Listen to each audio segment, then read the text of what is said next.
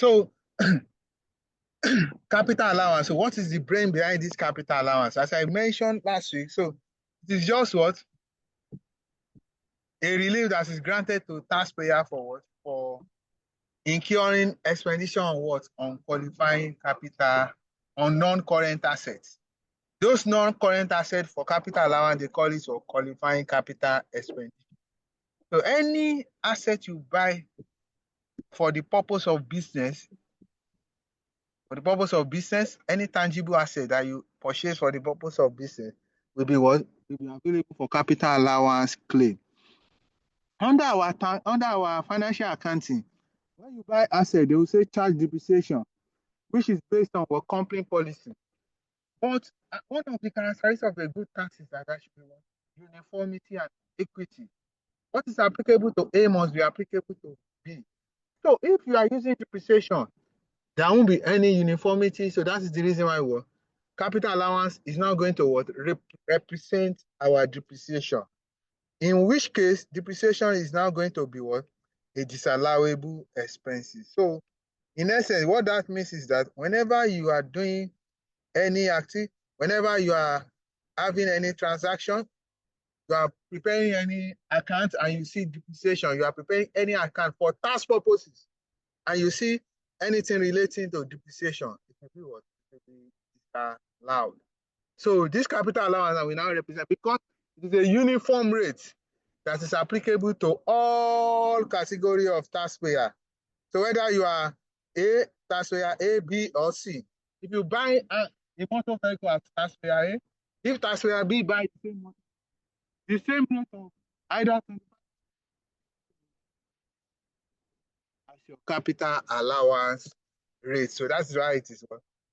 It is used to represent what? The depreciation, which is what? It is allowable expenses for tax purposes. So what are now the features of this capital allowance? It is calculated using standardized statutory rate. As I told you, this was a uniform rate. So the rate is applicable. So once you buy the same category of asset, the same rate will be applicable to you for buying the same category of asset. Then the method of application is uniform. The same way we calculate for A is also how you are going to calculate it for B. So nothing like under your depreciation, you have various methods of calculating our depreciation. We have the straight line, we have reducing balancing, we have some of year digits, we have the production volume basis, and so on and so forth. But here, the same basis will be used in calculating what? Capital allowance. The issue amount to be claimed, whereby in the same circumstances and the same scenario. So where you are buying the same asset, you are going to claim the same asset. The cost and date of use and other related matter are expected to be the same. Yeah. The same set of rules applicable. So same rule also was applicable under this. Then we also made mention of what condition for what? For granting the capital allowance. So what are the conditions for granting capital allowance? I hope I'm audible enough. Hello, can we hear me very well? So before I proceed. Hello, can somebody respond to me? Hello. Hello, hey, I said, can we hear me clearly? Yes, sir, we can. Okay, yeah. Okay, all right. Thank you. So let us proceed further. So the next thing is that the same set of rules will be adopted for all category of taxpayer. So what are now the conditions? Condition for granting this capital allowance. So what are the conditions for granting this capital allowance? So for you to say you want to claim capital, you must have incurred expenditure. Number one, expenditure must have been incurred on the asset. You must have used something to purchase that asset, whether financially or physically or any form. You must have incurred an expenditure to acquire that asset that you want to claim capital allowance from. So the asset must be what? A qualifying capital expenditure. It must also be an asset that will qualify you for what? For capital allowance claim. So those assets that will qualify you for capital allowance claim, we call them qualifying capital expenditure. It is called qualifying capital expenditure. So those assets must what? Must qualify you for the capital allowance claim. Then the next one we have what? The asset must be owned by the taxpayer claim. Any asset that you want to claim capital allowance on must be owned by the taxpayer. It must not be an asset that what the ownership is in dispute. So you must be the owner of the asset, except in situation of what? Hire purchase. And under a hire purchase, it is assumed that what? Ownership will be passed to the what? To the buyer afterwards, after the payment of the final installment. The only time that you may not have owned an asset, but you will still claim capital allowance is when it is what? Is involved in an hire purchase agreement. Then the asset must be in existence and in use at the end of the year of assessment. For you to claim capital allowance, that asset, you must use it throughout that year. It must not be something that, okay, you sold it during the year. After selling it, you now want to claim capital allowance because you use it for part of the year. No. It must be used throughout the entire year of assessment. The asset must be in existence and in use at the end of the year of assessment. So then it must be in existence. It must be something that is physical that we can see. Now, if you come for inspection, you can see that yes, truly this asset is available. Then the asset must be REN, WREN. I have mentioned it here before, which is what? This must be wholly, reasonably, exclusively, and necessarily incurred, WREN. The asset must be REN for the purpose of the business. It must be wholly utilized for the purpose of the business. Where there is any length of personal usage, any one that relate to personal usage will not qualify for capital allowance claim. Please let us take note of that. Then we have what the asset must, the tax authority will require a certificate of acceptance for all the qualifying capital expenditure incurred on the year more than 500,000. That's what we call a certificate of acceptance, which is usually issued by Federal Ministry of Trade, Industry and Commerce. So they are the one that issue that certificate. It is expected that when you buy an asset that is worth 500,000 and above, you get what? Approval from this particular ministry. But this amount is that what? Is that insignificant? Because if you look at that amount is low now. How much will 500 naira buy compared to what? Assets that a company want to use to what? To purchase what? To produce a product. So that rule is somehow what? Need to be what? Adjusted. But certificate need to. Then a written application must be made to the relevant tax authority. They don't know you because they don't know what you have. They don't know you. So you must write to them. You must give them the notice that yes, you have acquired this so asset. So that written application will make them know that you have what? You have those assets available within your purview as a taxpayer. So after looking at the condition, we also look at basis period for capital allowance, so the basis period for capital allowance. So this will now lead us to the knowledge we learned under our basis period. Please, for the purpose of the capital allowance, it is expected that your asset will not be acquired on the same day. You are not going to buy your assets on the same date because assets will be acquired based on what? Financial need, based on financial availability. It is when the company have money that they are going to buy their asset. So that means what? Your capital allowance will also not be available for claim on the same date. So what will not be the date of which was the capital allowance will be claimed? The basis period will give us a guide on what? On how to determine how to claim capital allowance. Basis period for capital. So the basis period that you prepare for your assessable profits will also be used for what? For your capital allowance computation. Take note of that. Basis period prepared for assessable profit will be used for capital allowance computation. So that basis period that you prepare based on preceding year basis that you prepare for assessable profit, you adopted for your what? For your capital allowance computation. So due to this, it is possible that we have stated when we treated basis period that the introduction of the Finance Act has eliminated the occurrence of what? Overlapping and gap in basis period. Fine. It is still possible for you to have what? A gap in what? In basis period, or an overlapping in basis period when there is what? Transition period. For instance, when you are given a question relating to what? To commencement, cessation, and change of accounting date, you may likely see a situation of what? Gap in the basis period. What now happen if we are given such questions, such scenario, and that gap fall into what? Into scenario whereby what? The company now acquire the asset.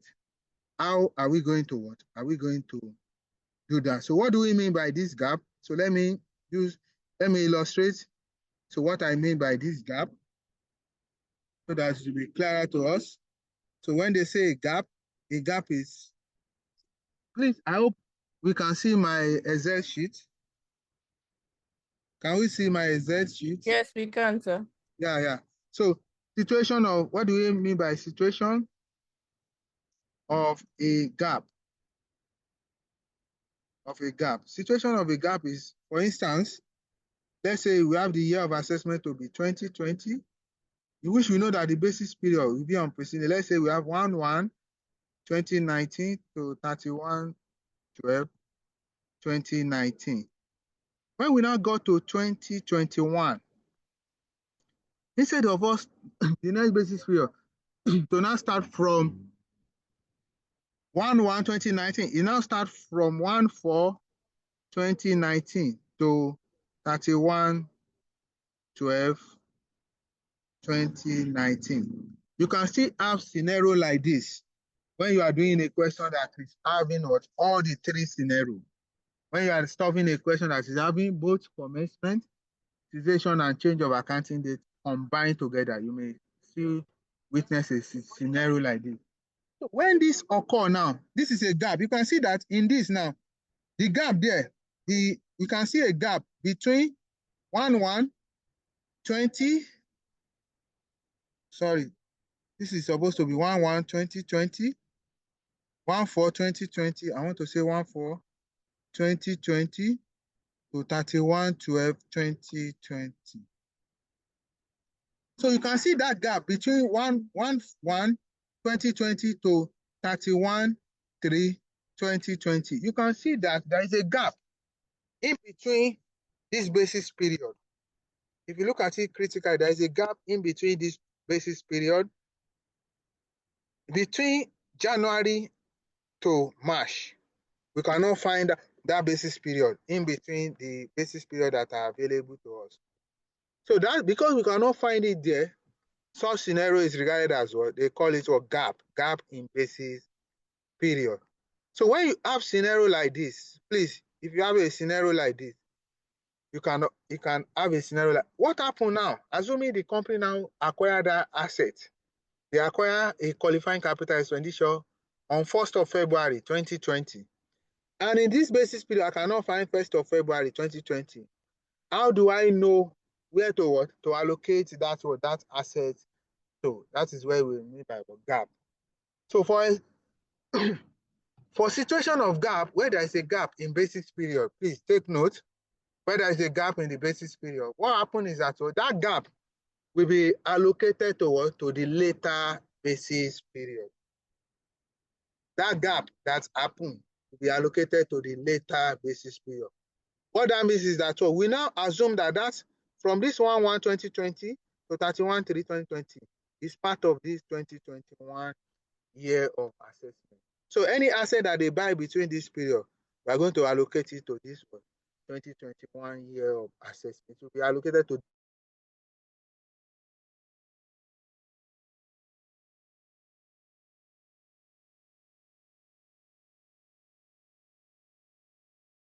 the asset will now come forward for capital allowance computation from the 2021 year of assessment. So that is what a situation of gap. Any question? Any question on that? Yes, sir. Please, can you take the gap again, the one for April 2020 to 31st of December 2020 again. The Okay. gap of January to March. Can you Okay. take it? What the law is saying is that Hello, sir. hello. Okay. Yeah, thank you. So what I was explaining earlier before the break in transmission We was that cannot see your screen, sir. we have a situation of when we have the three scenario joined to investment, cessation, and base change. Those three scenarios are what are combined. Those three scenarios combined in a question. So this is what they mean by three scenarios combined in a question. So look at this analysis. Assuming we have a basis, I just use this as an example. We have a basis period 2020. We have one. The next one is supposed to start from 1/4. It's supposed to start on a normal basis period. It's supposed to start 1/1. If we now start from 1/4/2020 to 31/20, due to either change in accounting date or some other scenario. When you have a situation like that, means there is a gap in between this basis period. There is a gap of 1/1/2020 to 31/3/2020. So there is a gap from January to March 2020. What I was saying was now that when if a taxpayer now acquire an asset, acquire that asset on first, and here we cannot find the 1st of February in this our basis period. How do we do that? So what the rule says that when there is a gap, that gap should be allocated to what? To the later basis period. It will not be assumed that this period of 1/1/2020 to 31/3/2020 relates to 2021. So is it clear to us now? Do we get that? So that's what they mean by gap. So that means any asset that is bought between this period of January to March will also be available for capital allowance claim from 2021 year of assessment. I hope it's clear now. Hello? Yes, sir. Yeah. Then we can also, apart from that, we can also have situation where we may have what is called what? Overlapping. Situation of overlapping.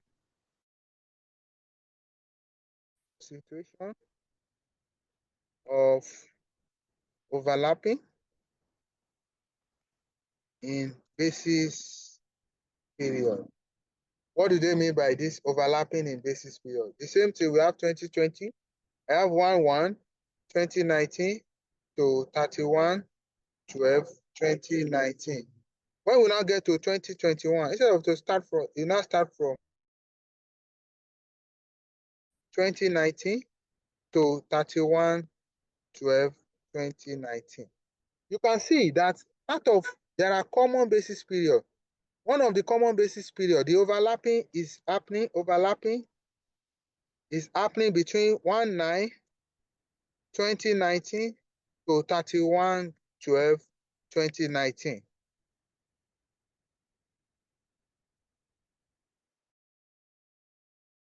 It's incorrect. So I will change this.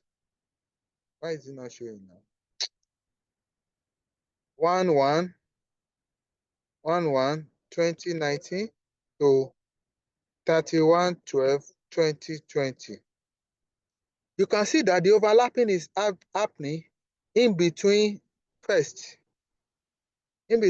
of September to 31st December 2019. You can find that date in year 2020. We can also find it in year 2021. Such scenario, they call it what? Overlapping of basis period. When this occur, it is expected that what?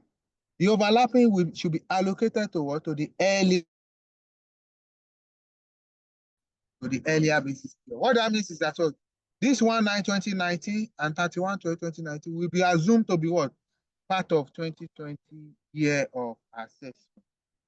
So any asset bought between this period of this overlapping will be available for capital allowance from where? From 2020 year of assessment. So that's what overlapping and what and gap means. So that is the other scenario that you may have. So those are the words.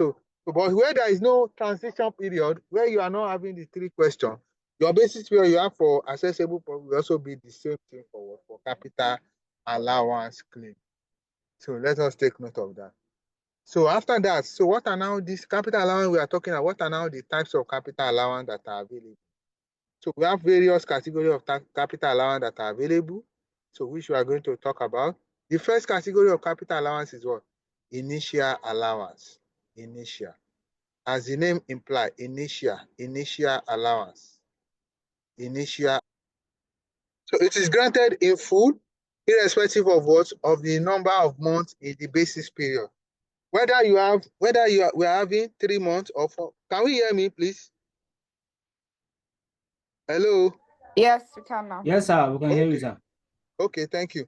So it is granted in full, irrespective of the number of months in the basis period.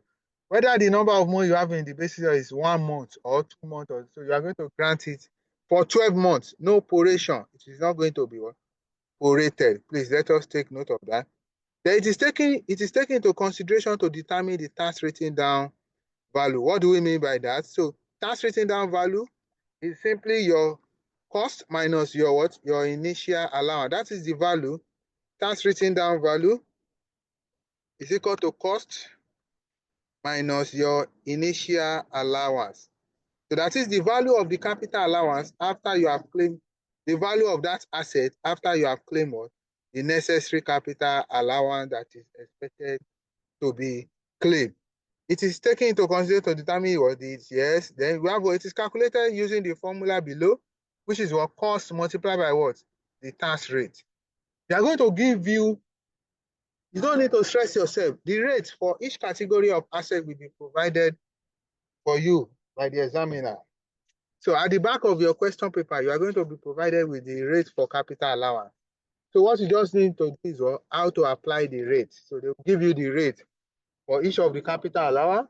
Your own is just how to apply the rate. So just go to the QC and look at the rate that is applicable to each category of asset. So just say cost multiplied by the rate will give you their value. Then any unabsorbed amount, any amount you are not able to claim because you want to claim it from your profit. Maybe in the first year you are unable to make more profit to claim that amount. That amount can be transferred to subsequent year indefinitely. You can transfer it to subsequent year indefinitely. It can be transferred to subsequent year indefinitely for the purpose of claim. So please let us take note of that. So that is the first category of capital allowance. After initial allowance, the next category we have is what? Annual allowance. So the next one is what? Annual allowance. Annual. As the name implies, annual allowance. So it's going to be you are going to charge it throughout the lifespan of the asset. It's going to be charged on an annual basis and throughout the lifespan. You are going to charge throughout the life of the asset. Throughout the life that you are going to use that asset is when you are going to charge the asset. So far you are still in business, you are going to and it has not exceeded the number of years that you are supposed to charge the asset. So throughout the lifespan, the capital allowance will be claimed. Then it is calculated on a straight line here. It is prorated according to the number of months. This one has a peculiarity because please, you are going to look at the number of months in the basis period. How many months do we have in basis period? It is the number of months in the basis period that will give you a guide on what will be the amount that we are going to arrive at in the first year. So if the number of months in the basis period is not up to 12 months, you are going to prorate it by the number of months in the basis period. Let us take note of that. It is deducted from the cost to determine the tax. So it is used to determine the tax written down value of an asset. So you can use it to what? The same way I did, which should be what? Cost minus what? Initial allowance minus annual allowance will give you what? The determination of what? Of the tax written down value of the asset. So it is what? How do we now, any unabsorbed amounts, any amount you are not able to absorb in a particular year, you can take it to what? To subsequent year for the purpose of claim. Then the next thing is, how do we calculate this what? This capital allowance for the, so how do we calculate it? So if you want to calculate it, annual allowance, how is the annual allowance calculated? So I'm going to show it to us. So how do we calculate the annual allowance? So this is annual allowance. So in the first year, annual allowance, which is written as AA, annual allowance in the first year, because it is possible that in the first year, you may have what? Basis period that may not be up to what? Up to 12 months. The annual allowance will be calculated as cost minus initial allowance divided by N. Then you now say multiply by M divided by 12. In the first year, you are going to, your capital allowance will be cost multiplied by what? Initial allowance, cost minus initial allowance. This is it here. So we can see it here in the material. So let me. So in the first year, we have what? Cost minus initial allowance over N. You can see you have big N here. Multiply by M divided by 12. Multiply by M divided by 12. Then what do we mean by this N and M? This N is what? Number of years for which what the capital allowance will be claimed. How many years are we going to claim that capital allowance? How many? So, and how do we determine the number of years to claim the capital allowance? That will be determined based on what? Based on the available rate given to us. For instance, if you are told that the annual allowance for a particular asset is 25%, on a normal day, you are supposed to claim 100% from that asset. So if I'm going to be claiming 25% annually, so that means how many years will it take me to claim what? To claim that what? The whole of that what? 100%. So that is what it means. And how do I determine that? That will simply be what? 100 divided by 25. That will give us the number of years, which is what? 4 years. If it is 10 years, that will be what? 100 divided by 10, which will give us the number of years, which is what? 10 years. So that is how to determine the N, this N that is here. This N we have here. Then we also have M. This M is what? Number of what? Of months in the basis period. How many months do we have in the basis period? We need to look at the number of months that we have in basis. That month will now be what? What we are going to use as what? Our M here divided by 12. Because don't forget, I have stated earlier.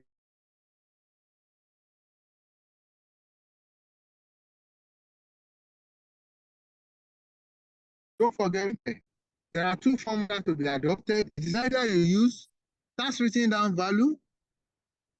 It is either you use this first one, which is tax written down value. This first one, tax written down value divided by big N minus small n, or cost minus initial allowance over N. But I always advise students to adopt the first one. So as I was saying, I always advise students to adopt the first one. Why? Because the first one, you don't need to do any adjustment at the end of the useful life. But when you are adopting the other method, the second scenario, you are going to need to do some adjustment at the end of the useful life. But in the case of the first one, which is tax written down value into big N minus what? Small n, that one, you don't need to do any adjustment at the end of the useful. And either method you adopt is allowed by the examiner. And please, the two methods will not give you the same answer. Take note of that. The two methods will not give us the same answer.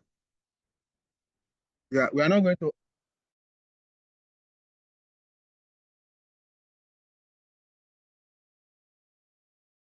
The second one, we are going to get a different answer entirely. Let us take note of that.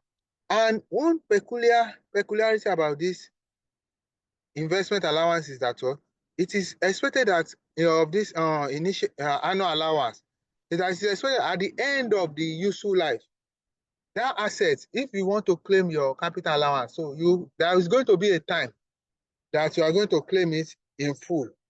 So when that time now comes, you are expected that asset is supposed to have a value. So that value you are expected to keep what? 10 naira as what? As the value of the asset at the end of the useful life. It is expected that we must keep a value of 10 naira as the value of the asset at the end of what? Of the useful life of an asset. So that is the second category of capital allowance. So for annual allowance, you are going to keep 10 naira. That will be kept at the end of the useful life. So 10 naira for each category of asset. Take note. If you have 5 motor vehicles, you are going to keep 10 naira for each one. So that means you are going to keep 50 naira for what? For motor vehicle. Then after that, the next category of capital allowance we have is what? Investment allowance. Investment allowance. So this one is applicable to what? Only to what? Plants, machinery, and equipment. Please take note. It's available only to plant, machinery, and equipment. Any asset apart from plant, machinery, and equipment is not available for what? For investment allowance. It is only plant, machinery, and equipment that can claim what? Investment allowance. So, and just as we have under our what? Our initial allowance, the investment allowance is also granted once in the what? In the lifespan of an asset.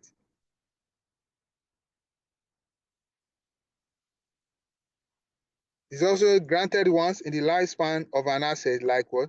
Like initial allowance. But its own rate is what? 10%, and only on what? Plant, machinery, and equipment. Then it is also granted in full, irrespective of the number of months in the basis period. Let us take note of that. You are going to grant it in full. It is granted in the first year. One peculiarity is that so you are not going to use it to determine your tax written down value. It's not going to be utilized to determine tax written down value. We only need it to get what? Our total capital allowance. So that means tax written down value will only be what? Cost minus initial allowance minus annual allowance. Why total capital allowance will be what? The addition of initial allowance, annual allowance plus investment allowance. And please, this investment allowance now, from the Finance Act 2023, it has been abolished, which took effect from September 1, 2023. It has been abolished. So the implication of that is that when you see any asset that was acquired in the year of in 2024 year of assessment, please, such assets will not qualify for investment allowance. Any year of assessment ranging from 2024 year of assessment, please, it will not qualify for what? For investment allowance, which is for plant machinery. Why? Because what? That investment allowance has been abolished by what? By the Finance Act 2023. It is no longer what? Applicable by what? By the Finance Act 2023. So it's no longer applicable by that rule. So please let us take. So you have to be vigilant about the date of your assessment or the date that you are provided for by the company. Then another category of what? Of allowance that we may come across what is called balancing allowance. Balancing.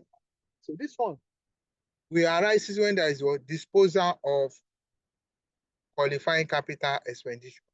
When you decide to sell off the asset, when you decide to dispose the asset, so you are going to have either what? Balancing allowance or balancing charge. Is in two. It's either in two. Either balancing allowance or balancing charge. When there is what? Disposal of asset, we are going to have what is called balancing allowance or balancing charge when there is what? Disposal of.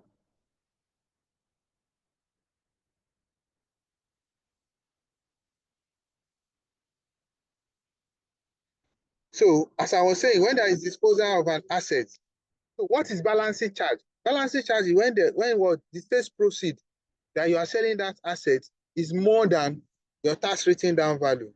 Don't forget, I told you there must be a value for the asset by the time you want to sell it. After removing all your capital allowance, what you arrive at is what? Tax written down value. So when the value you are now selling it is more than the tax written down value. They call it a balancing charge. It is what? It is an additional income that is subject to tax in the hand of the taxpayer. Because of the value of your asset, let's say is now worth 200,000. If you are not selling it more than that value, you are selling it for what? 400,000, 300,000. The difference of 100,000, which is an income to you, will be subject to tax in your hand. That is what they mean by what? The balancing charge. When your sales proceed, it's more than your tax written down value. And you can only have it when there is disposal of qualifying capital expenditure.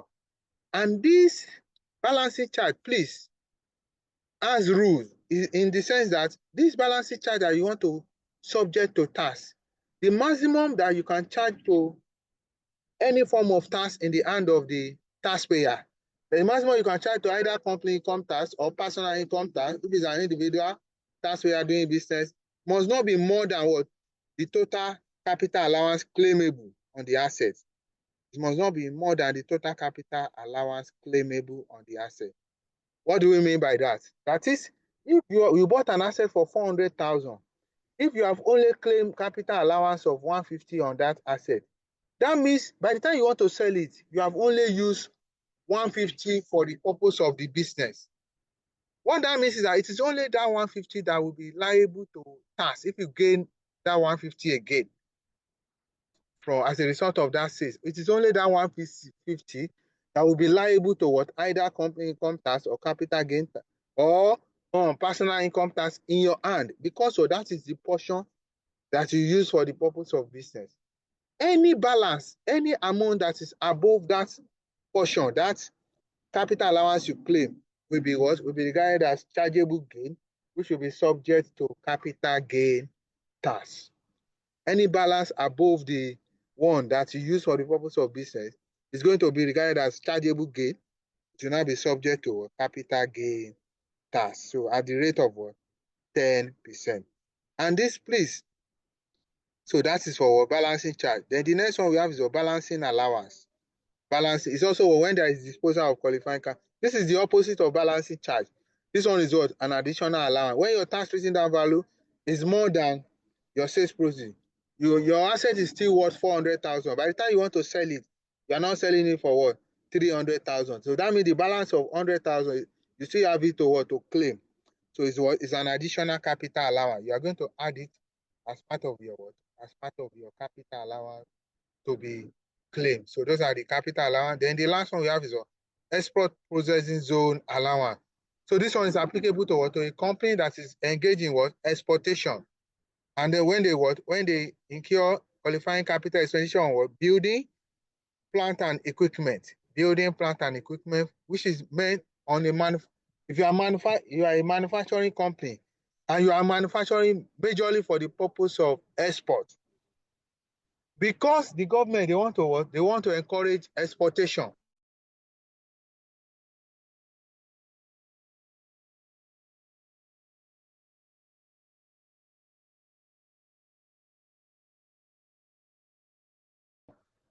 Because for you exporter, when you are into a manufacturing of exportation, you are going to get what is 100% of what?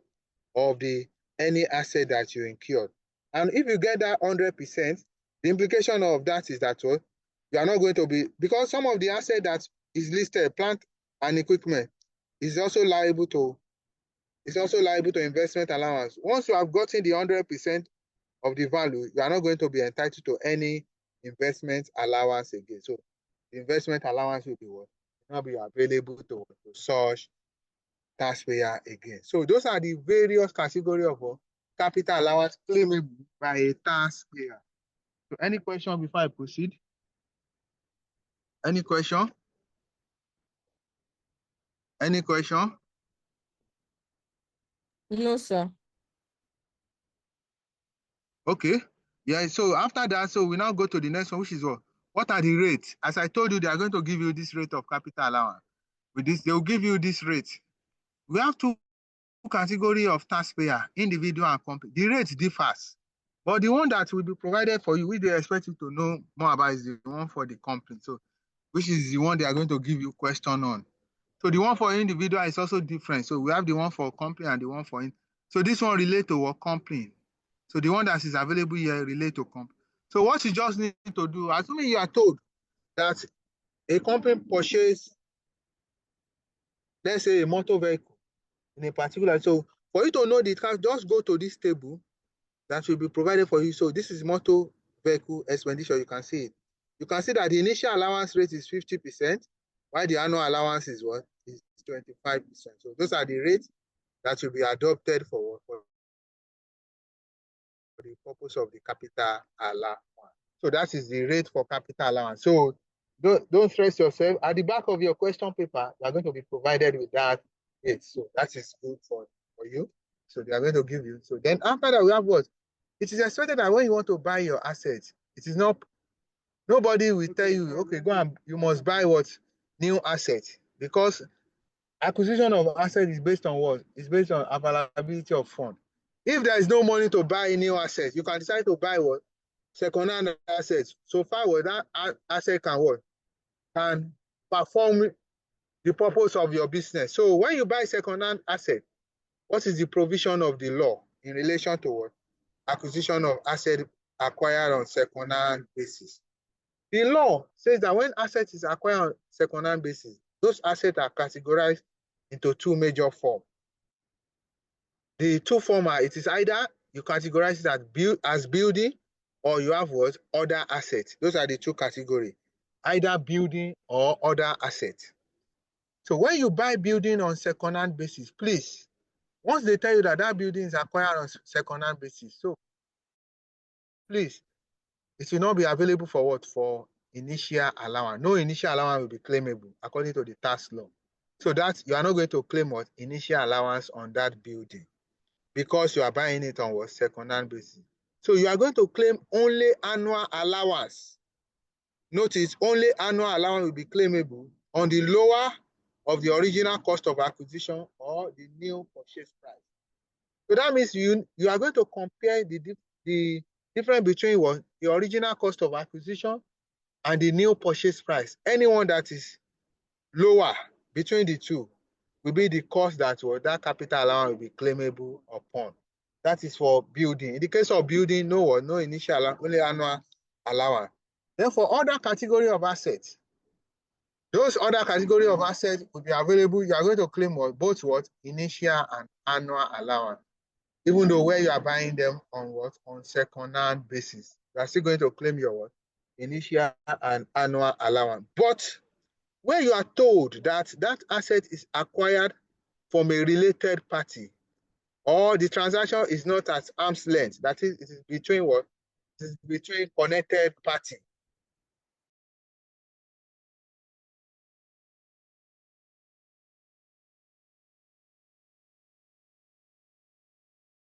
Where you are buying the transaction from, whether from your parent company or only annual allowance with the asset.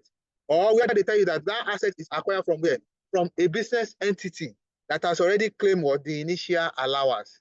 And you know that according to the rule, initial allowance is expected to be claimed once. So where you are buying it from a business entity that has already claimed initial allowance, that means you can only claim what? Annual allowance on what? On the remaining useful life. But where you are not told of any of these information, where you are buying any other asset apart from building, that asset will qualify on second hand, it will qualify for both what? Initial allowance and annual allowance claim. So let us take note of that. Then this capital allowance we are calculating, I say there are three categories of company according to the tax law. Company are categorized into three. Who can tell us those categorization of company? I believe Mr. Idris will have informed us. Categorization of company, they are in three forms. What are the three categorization of company? I want somebody to tell me. Categorization of company. Hello, are we there? Hello? Hello? Are they not hearing me? Hello? Hello, sir. Yeah. Yes, sir. Hello? We can hear you, sir. Hello, can you hear me? I said, hello, sorry for the break in transmission. So as I was saying earlier,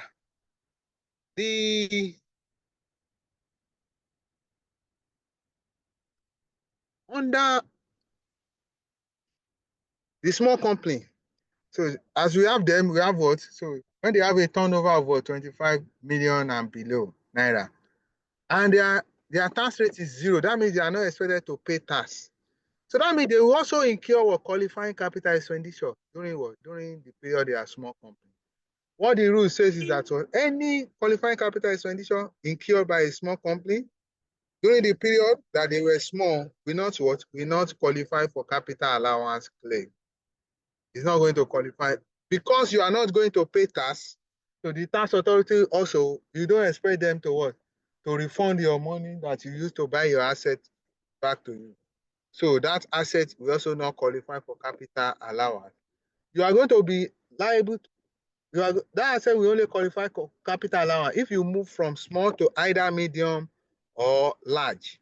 So by the time you now move from either medium or large, that asset that you have been using when you were small, you will only qualify for capital allowance for annual allowance, for only annual allowance, only on the remaining useful life.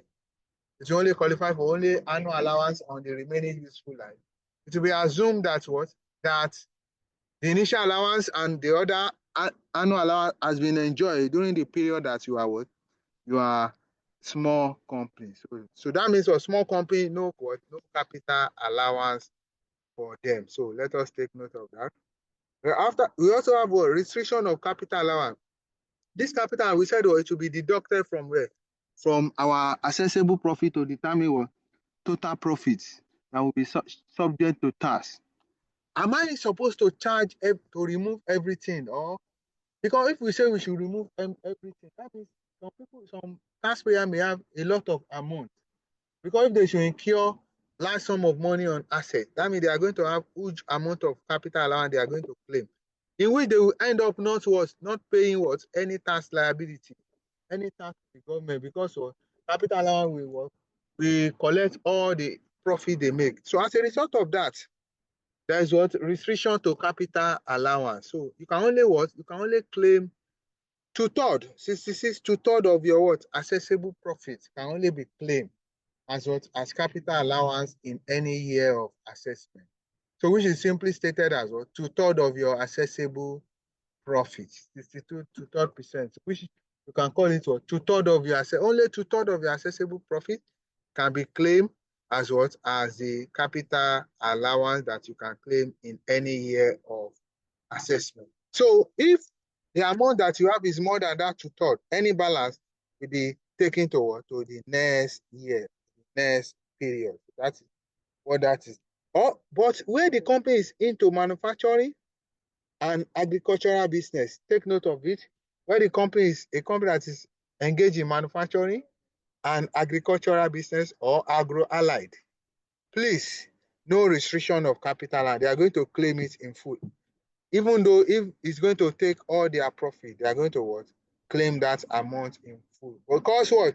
Manufacturing company, they are producing to what? To help what?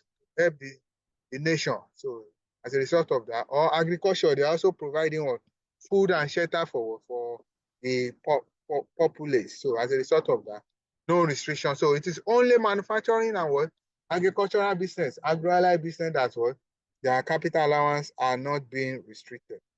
Capital allowance can also be restricted where what? The number of months you have in a basis period is less than 12 months. You can also have restriction, or where what? Where there is an element of what? Private usage, where you are using that part of the asset for private. So where you are not using everything for the purpose of the business. Where there is an element of private usage, you are also going to what? It's also going to be restricted only based on what? The one that will claim for capital allowance will only be the one relating to what? To the business alone. So only the one relating to the business alone will be available for what? For capital allowance claim. So please, let us take note of that. Then after that, we have what? We have what is called 2021 Finance Act on Restriction of Assets. This one, we are looking at a situation whereby we have what we call, we have two categories of assets, which are called sorry, we have two categories of income. We have taxable and non-taxable income. Income are either taxable or non-taxable. You can either have taxable income or non-taxable. Taxable income are those income that you are going to pay tax on. While non-taxable income are those income that you are not going to what? Pay tax on. For instance, when you are selling your asset, profit from disposal of your asset. The nature of your business is not to sell your asset. So when you sell your asset, it's going to be regarded as what? Capital gain. So you should be subject to capital gain tax. So any gain you make from it is not going to be regarded as what? As chargeable, taxable, they are non-taxable income. So what the law is now saying is that what? If you are not going to pay any tax as a result of what? Non-taxable income. Any asset that you also use to what? To generate those non-taxable income should also not be allowed, should also not qualify for capital allowance claim. In simple terms, is that what? Any asset that is not utilized for what? For the purpose of taxable income will not qualify for capital allowance claim. Any asset that relates to non-taxable income is not going to be available for capital allowance claim. But there is an exception to that rule. Where the total value of the taxable income is what? Does not exceed 20% of the total income. Where that total taxable income, where that total non-taxable income, the total value of that non-taxable income does not exceed 20% of the total income. That is where you have it as, okay, out of the total income, the portion that is taxable is 85%, while the portion that is non-taxable is 15%. The government look at it as if that portion is what? Insignificant to what? To the revenue. So in that situation, there is not going to be restriction. But where the portion exceed 20%, take note, where the portion of the non-taxable income exceed 20%, it is only that asset that relate to what? Taxable income.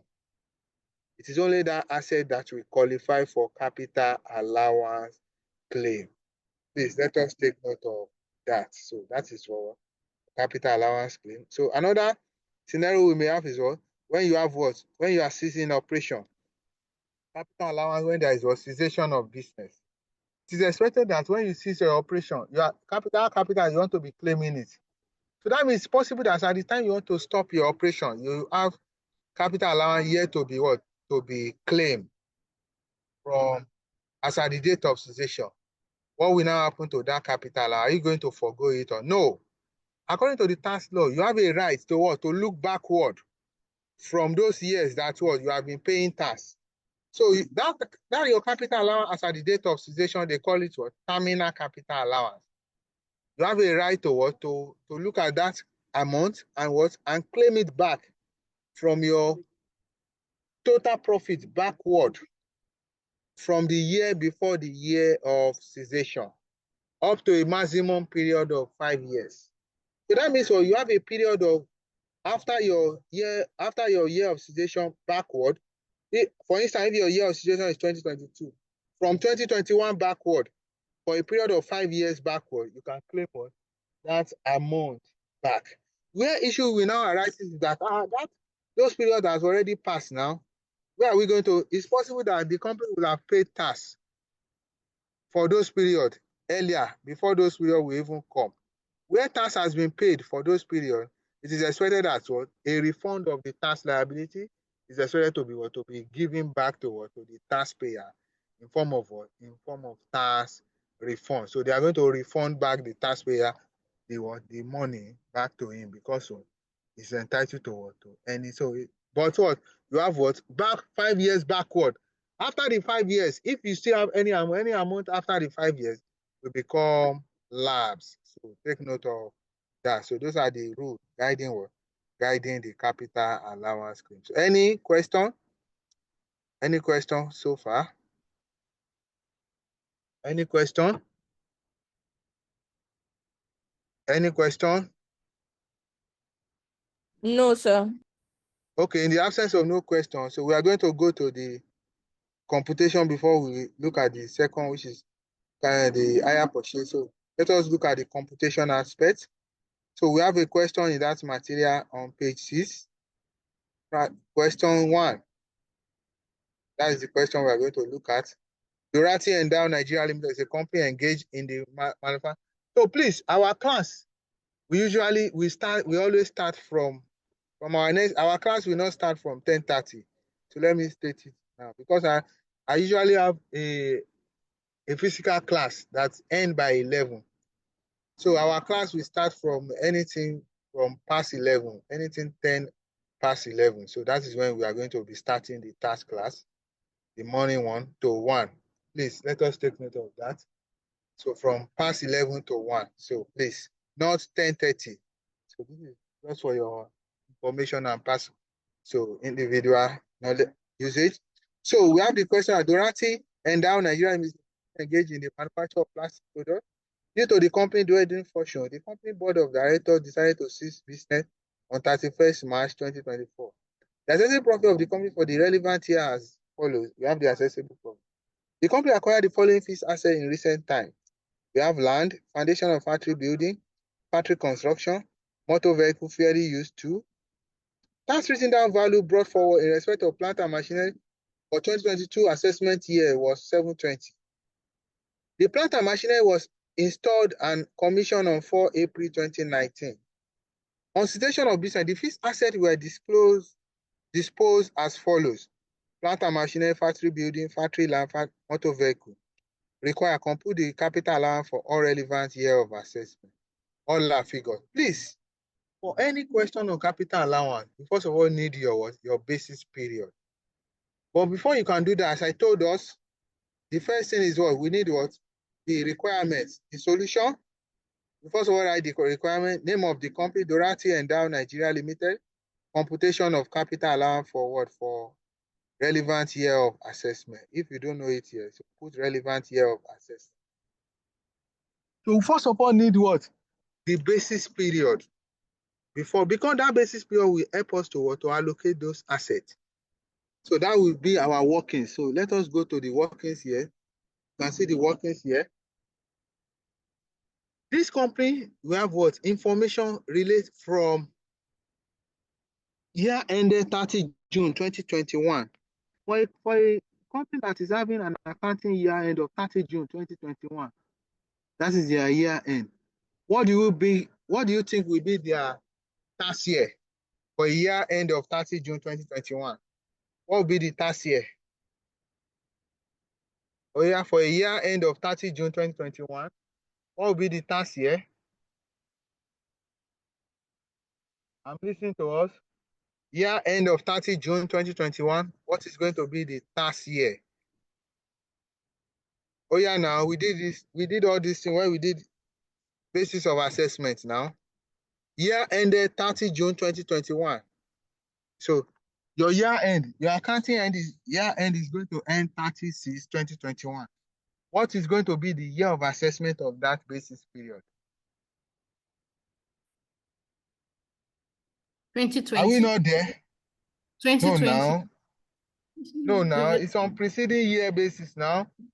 That year will be what? Preceding will be what? Year after what? The year end.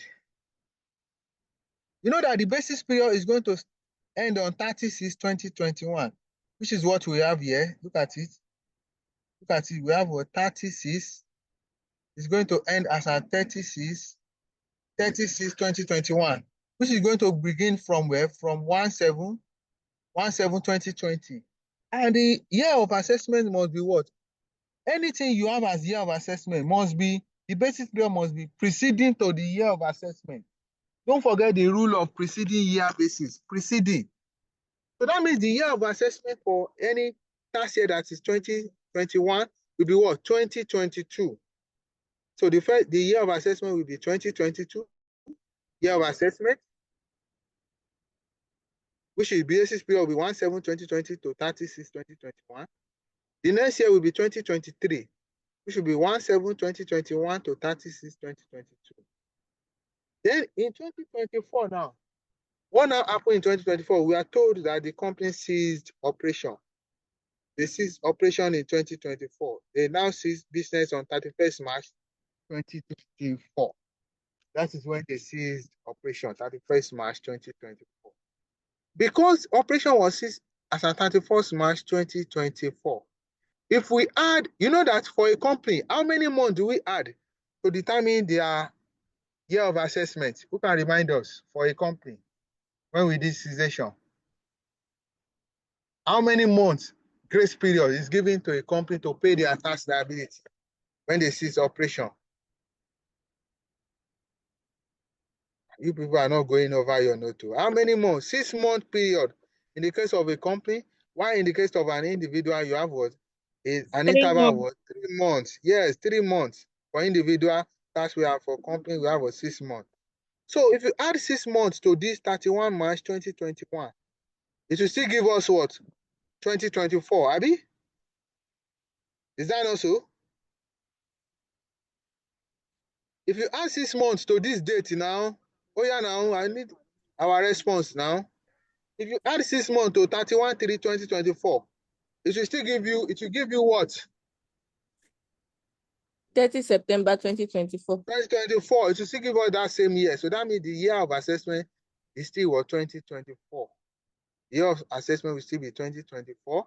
With the basis period will be a day after, which is 1/7/20 to the date of cessation, 31/3/2024. Based on this now, we can now what? Allocate the asset. We now look at those assets one after the other. The first one they acquire, land, 850. Please, for the purpose of capital allowance, land does not depreciate, land appreciates. So please, land is not available for what? For capital allowance claim. You can only claim capital allowance for land when it is stated land and building. Where they put land and building together, it will be available for capital allowance. But where they put only land, please, land does not what? Does not depreciate, land appreciates. So no capital allowance, no depreciation on land. So that means land is not applicable. Then we have foundation of factory building. When was it bought? 37/2021. You now come to this your basis period. When can we find 37/2021? You can see that 37/2021, we can find it here between this basis period, 37/2021. It can be found within this basis period. So that means that asset will be available for capital allowance claim, factory building in 2023. After that, we have what? We have factory construction, 18/8/2021. You also go to your basis period. Where can we find factory construction? 18/8/2021. We can also find it here. It will also be here. So factory construction. Then the third one we have is what? Motor vehicle, 16/12/2021. You also go to your basis period to look for where we can find that date. It is also within this period. So those three assets will be available for capital allowance in what? Year 2023 year of assessment. They're going to be available for capital allowance claim in year 2023 year of assessment. After that, they now said upon cessation, they now dispose. When did they dispose? That means disposal will come in what? This year, 2024, year of disposal. So with this now, we can now go to work with our computation of the capital allowance. So which is what we have here. Dorati Endow, computation of capital allowance for 2022 to 2024 year of assessment. Please, when you are computing your capital allowance, the asset will be listed in column based on what? Based on their category. Under here now, we have 3 forms of assets which this company acquire. They acquire, we have factory building. Factory building is also the factory construction is also the same thing as factory building. We have motor vehicle and we have plant and machinery. So those are the 3 categories of assets that they acquire. So you are going to list them out: plant and machinery, motor vehicle, and factory building. For each category of this asset, they have initial allowance and annual allowance. Let us use an example. Plant and machinery. Let us now go back to that our material, to that rate that I told you that they are going to give you. Look at it. Let us look at plant expenditure, excluding furniture and fitting. Look at it, plant expenditure here. You can see the rate. For initial allowance is 50%. for annual allowance is 25%. That rate, you are going to repeat that. So that rate is what you are going to adopt here. Initial 50%, annual 25%. The same thing for this 50%. Then the rates applicable for this to factory building, 15 and 10. So those are their rates. This company now, we started, look at it, we have 2022 year of assessment. But in this 2022, we did not allocate any assets to 2022. But they told us that, look at the information they told us. They told us that tax written down value brought forward in respect of plant and machinery for 2022 assessment year was 720. That means we have an asset that claiming capital allowance on plant and machinery, in which as of 2022, the tax written down value is 720. And they said this plant and machinery was installed and commissioned on 4 April 2019. Now look at this, the scenario. As at this 2020, we are going to bring that value as tax written down value. When you bring it, you now look at when was it commissioned. Let me look at the date again. It was commissioned on 4 April 2019. And the accounting date of this company is June. If an asset, let us now look at, let us use our Excel to illustrate that information that we have there. Assuming, looking at that scenario,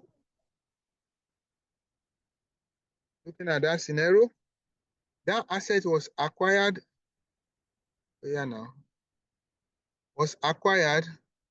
on, they said it was commissioned on 1st April 2019. 1st April,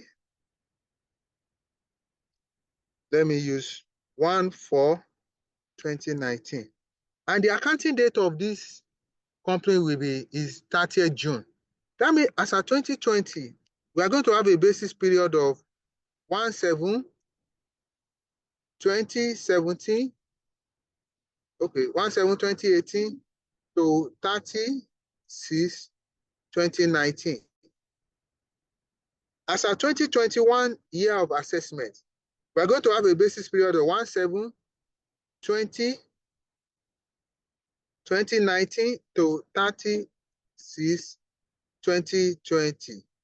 And this asset was acquired 1/4/2019. If you check this, we can get this 1/4/2019 in this 2020 year of assessment.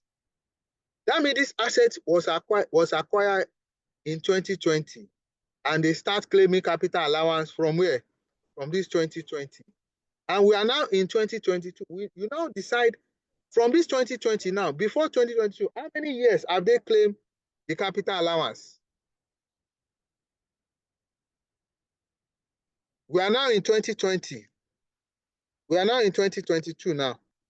But from 2020, before we get to 2022, how many years have we claimed the capital allowance? Who can tell us before 2022? From 2020? 3 years. No, now 2 years now. 2020 is the year we are now. So that means we have only claimed it for what? 2020 and what? 2021. 2 years. But because now we are now in year 2022, we want to claim the one for 2022. We are yet to claim the one for 2022. That means they have claimed for 2020 and what? 2021. So the implication of that is that means this asset has claimed for capital allowance for 2 years. And I told you that to calculate your tax written down value in subsequent annual allowance in subsequent is calculated as tax written down value divided by big N minus small n. Big N minus small n. The small n is your number of years for which the capital allowance has been claimed. According to this question, the tax written down value that you are told in this question for this plant amount is what? 720,000. Abi? Is that also?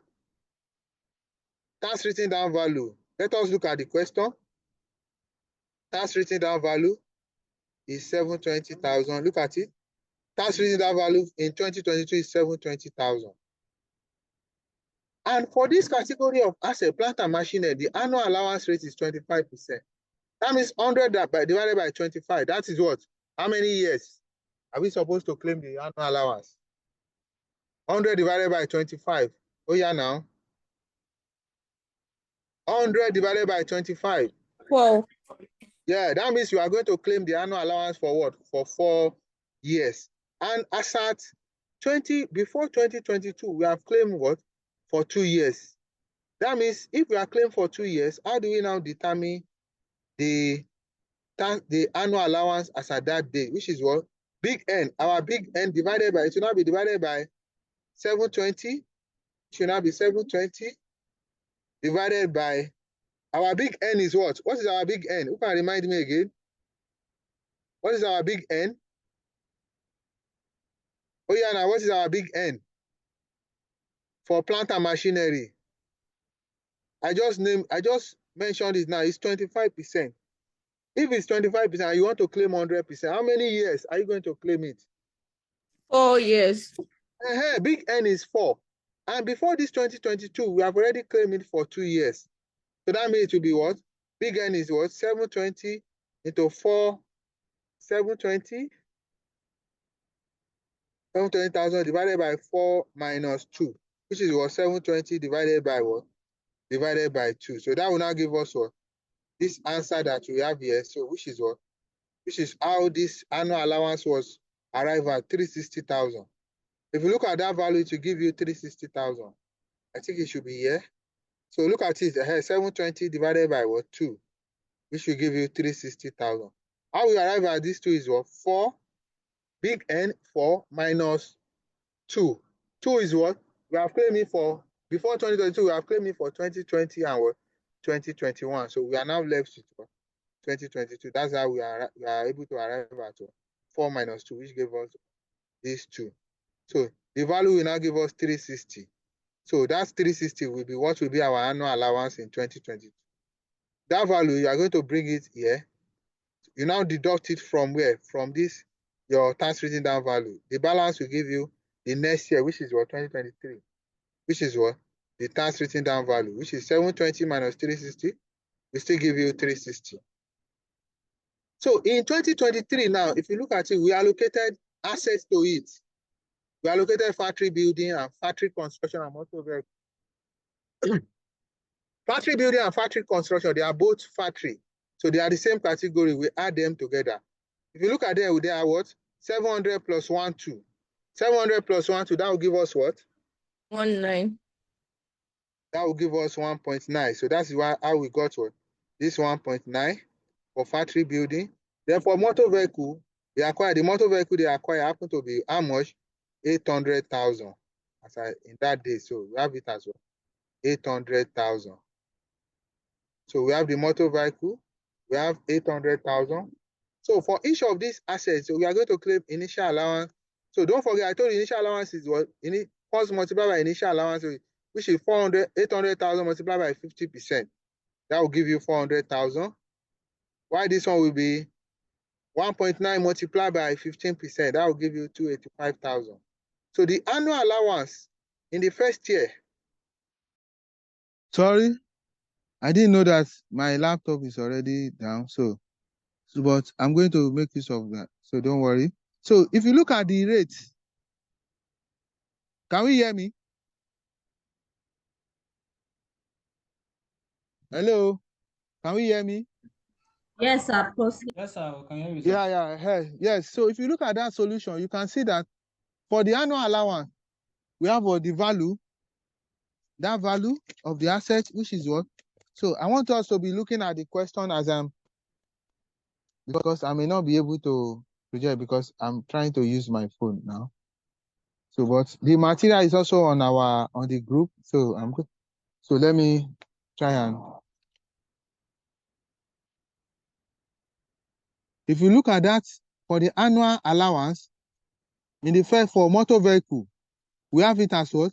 800 minus 400. So the calculation, you can see it down. You can see 800 minus 400.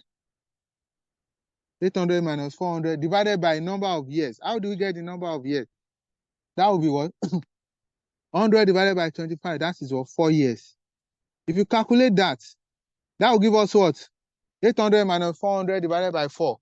How much did he give us? Oh yeah, now I need somebody to respond. 800 minus 100,000. So that is where we got what the annual allowance value of what? That's 100,000. So that you can see. So for that motor vehicle, you can see annual allowance in 2023 is what? 100,000. So that's where the 100,000 came in from. The same way for factory building. Factory building will be initial allowance with 15% of 1.9. That will give us 285,000. Then the annual allowance will be 1.9 minus 285 divided by number of years for this one. The rate is 10%. It will be 100 divided by 10. That will be 10. It will be 1.9 minus 285 divided by 10. That will give us what? 161,500. Then in the case of the plant and machinery, if you look at the plant and machinery, so this 2023 happened to be the last year. And I told us in the last year, you are expected to retain how much for annual allowance from your annual allowance. How much are we to retain? Who can remind us? In the last year, we have to retain certain value as the value of the assets. In the last year, how much are we expected to retain? Hello, are we there? Hello? 10 naira. Yeah, thank you. We are expected to retain a value of 10 naira. So that value of 10 naira, we are going to deduct it from this 360,000. If you deduct 10 naira from 360,000, you have what? 359,990. So that's why you have what? The tax written down value as at 2024 to be what? 10 naira. Then to get the tax written down value for other assets will be the cost. For motor vehicle will be 800 minus 400 minus 100, 300. The next one will be 1.9 minus 285 minus 161,500. That will give us 145,500. In 2024 now, that now happen to be what? Year of cessation. Don't forget what I told you. Any year that the company ceased operation or sold their assets, they are not going to be entitled to what? To capital allowance claim.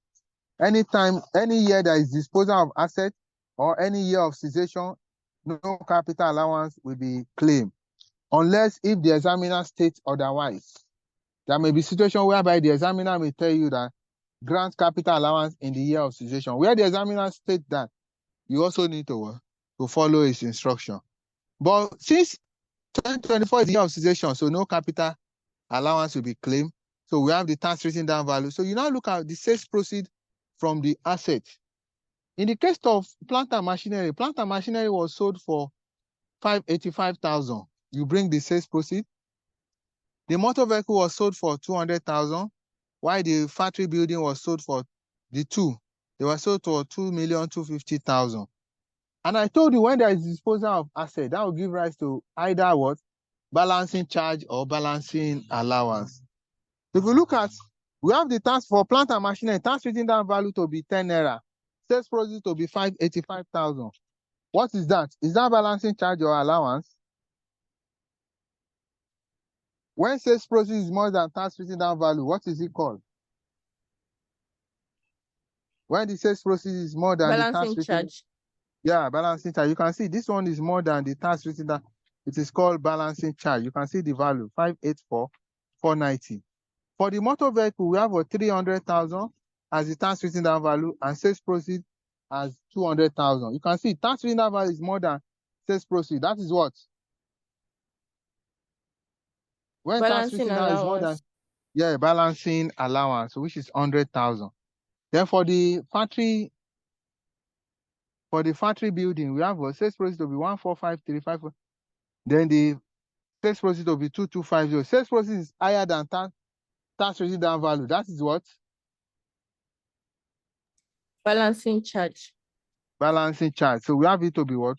446,500. And don't forget the rule. They say balancing charge will be restricted to what? Total capital allowance. Let us start from plant and machinery. Plant and machinery, balancing charge we have is what? 584,490. The total capital allowance they have claimed on this one, on that plant and machinery from 2020, they claimed 360 in 2020, in 2021, 360, in 2022, in 360. If you add those three together alone, self, they are more than this, what? 585,000. So that means what? There won't be any restriction for this for plant and machinery. But in the case of In the case of the factory building, we have it as 446. We have it, the value to be the value. If you look at the value, please, I want somebody to help me look at the difference between 2,250,000 and 1,453,500. I'm not sure that is supposed to be the 2,250,000 and 1,453,500. What's the difference? What's the difference between it? It's supposed to give us 797,000. 797,000. Out of this 797. 797,000 is the balancing charge.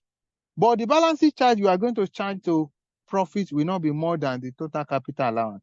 We now go to our total capital allowance enjoyed by this asset is only 285,000 initial and 161,500. If you add these two together, it will give you this 446,500. That is where we got this 446,500 from. I hope it's clear to us. 446,500. Because of the total cannot be more than what the total capital allowance claim. So that's where we have what this 446,500, which is what this value of 446,500 as the total capital allowance. Then why? And the total amount of balancing charge is what? 796. 7 what? The total balancing charge is what? How much is the total balancing charge? Somebody just mentioned it now. Total balancing charge, which is 2250 minus 145,351. How much is it? 797,000.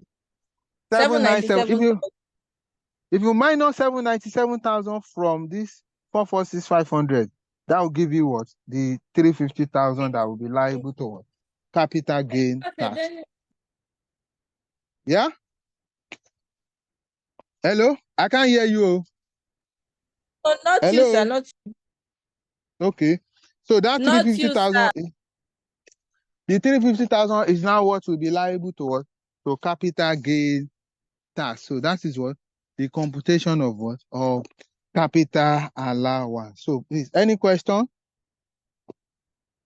Any question? Any question? No, sir. No, sir. It's well understood. Yeah. So in the absence of no question, so we are going to end the class here today. So we will continue our next class. So subsequently, so next class. So please, so have a love. So please don't forget again, our class will be starting from where? Past 11, maybe 10 past 11, because I have a physical class that I usually finish by 11 o'clock. So to be from 11 past 11 to 1 p.m. So have a lovely day.